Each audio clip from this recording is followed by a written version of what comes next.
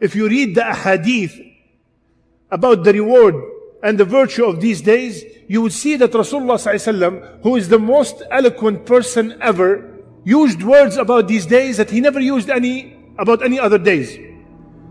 He said in the most famous hadith, no days, in the first hadith, he used the word ahab, most beloved.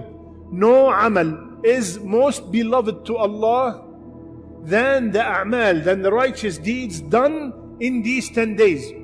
One hadith, he used the word ahab. Another hadith, he used the word afdal.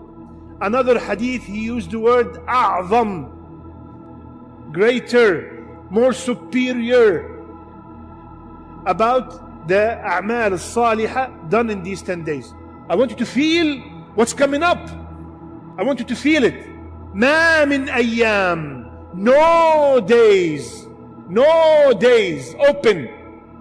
The ulama said, because the last 10 days of Ramadan are very virtuous, they said the last 10 nights of Ramadan are the best nights of the year.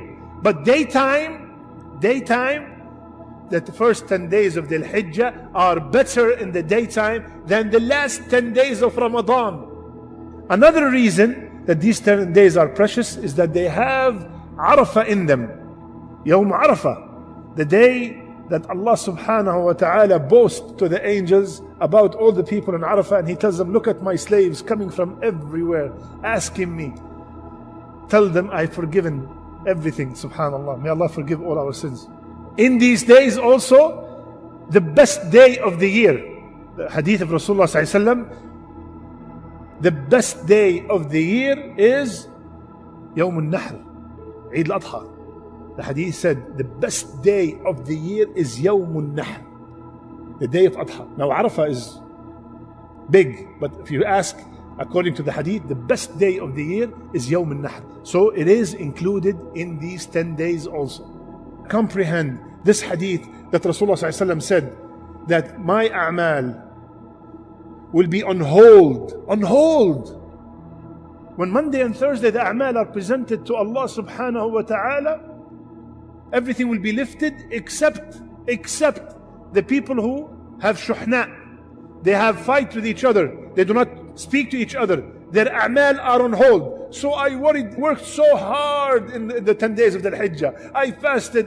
We're going to mention all the things. And I did everything. And then they're all standing right here because I have a fight with my cousin for 5 years. He borrowed $1,000. He never gave it to me. His wife fought with my wife, and because the kids said something, and we haven't spoken in 6 months. Everything on hold. So what is that amal? What did that person do that deserved that my a'mal will be on hold? All it takes, Ya akhi, assalamu alaikum wa rahmatullah. I'm not telling you become best friends and go visit each other every single day. Assalamu alaikum wa rahmatullah. May Allah give you barakah in these 10 days. Done. Every Fajr and Isha at least, because the rest of the salawat maybe I'm at work, but at least Fajr and Isha I am at home, or before I go to work, or when I come back at work, at least those 10 days, Fajr and Isha in the masjid. Plus, you attend the lectures and the halaqat, and Allahu Akbar, you are surrounded by the angels, just like we are right now. Allah will mention your name. Subhanallah, a lot of reward. When Rasulullah ﷺ said, Al-amal al-salih, a righteous deed is most beloved to Allah in these days. And we all know, As-siyamu li. Allah subhanahu wa ta'ala said in the hadith al-Qudsi, Siyam is for me. Yani it's so rewarding. And we all know, As-siyam la idla lah. There's nothing equivalent to siyam. Nothing equivalent to fasting. And we all know, Man sama yawm. في سبيل الله باعد الله بينه وبين جهنم 70 خريفا. Allah will keep him away from hell 70 years. So it's a very virtuous deed. We all know, and we have no doubt that fasting is a great deed. It's a great amal. So what do? Fast as much as I can. I want to fast the whole 9, alhamdulillah. I want to fast 3, 4, 5 days, Allahu Akbar. No problem. But if you want to say, Brother Baajour, Siyam bother me a lot and I can't fast all these days, I would recommend and I would tell you, please fast the 9th. At least fast the 9th, which is the day of Arafah. Rasulullah ﷺ said, whomsoever fast the day of Arafah, what happened, Shaykh? What happened? 2 years of sins are forgiven. one past, one coming. Allahu Akbar. So how can I let that go? Make sure you fast, your children, everybody in the family fast. If I fast the whole days, Allahu Akbar, alhamdulillah. If I can't, just at least the ninth. There's a neglected sunnah. What is that sunnah that's neglected in these days? Allahu Akbar, Allahu Akbar, Allahu Akbar. La ilaha illallah. Allahu Akbar, Allahu Akbar. Walillahi alhamd. All 10 days, you hardly see anybody doing it. Umar radiallahu anhu, Abu Huraira radiallahu anhu used to walk in the market and scream, and everybody start repeating, and they remember, oh, takbeer. Rasulullah sallallahu said, no amal is most beloved to Allah than any amal done in these days. فَأَكْثِرُوا مِنَ التَّهْلِيلِ وَالتَّحْمِيدِ وَالتَّكْبِيرِ وَالتَّسْبِيحِ. So say abundantly, Subhanallah, walhamdulillah, La ilaha illallah, Wallahu Akbar. Extra. Hardly anybody does it. If you know the virtue of these 4 words, Allahu Akbar, needs a lecture by itself. The most beloved words to Allah. خَيْرٌ لِي مِمَّا طَلَعَتْ عَلَيْهِ الشَّمْسِ. Rasulullah ﷺ said, to say these words is better than the whole dunya and everything in it.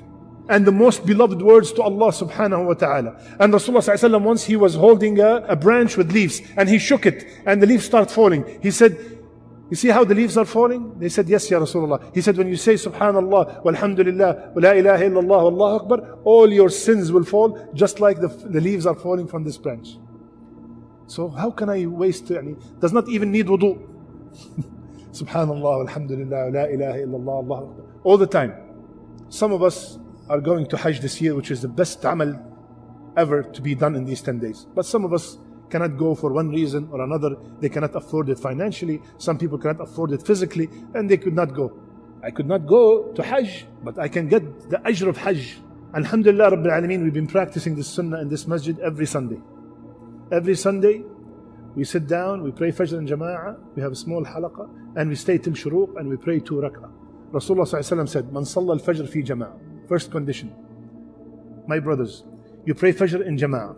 Second, you stay in the same masjid, in the same place. You can move in the masjid, but the same masjid. Third, remembering Allah. Whether it's a halaqah, reading Qur'an, making dhikr, adhkar al-sabah, remembering Allah. Fourth, you wait till the sun to rise. After that, at that specific time, it's makruh to pray. So you wait 10-15 minutes after that, and you pray 2 rak'ah. What happened?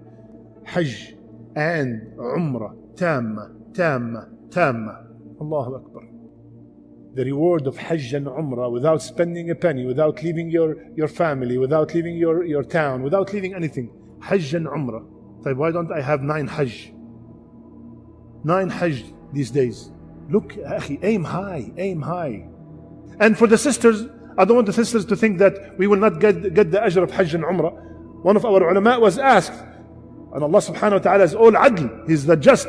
He said the sister, same thing, she will get the same reward. She gets up, and the sister is supposed to have a musalla in her home, right? To have an own place at home. This is where she prays all the time.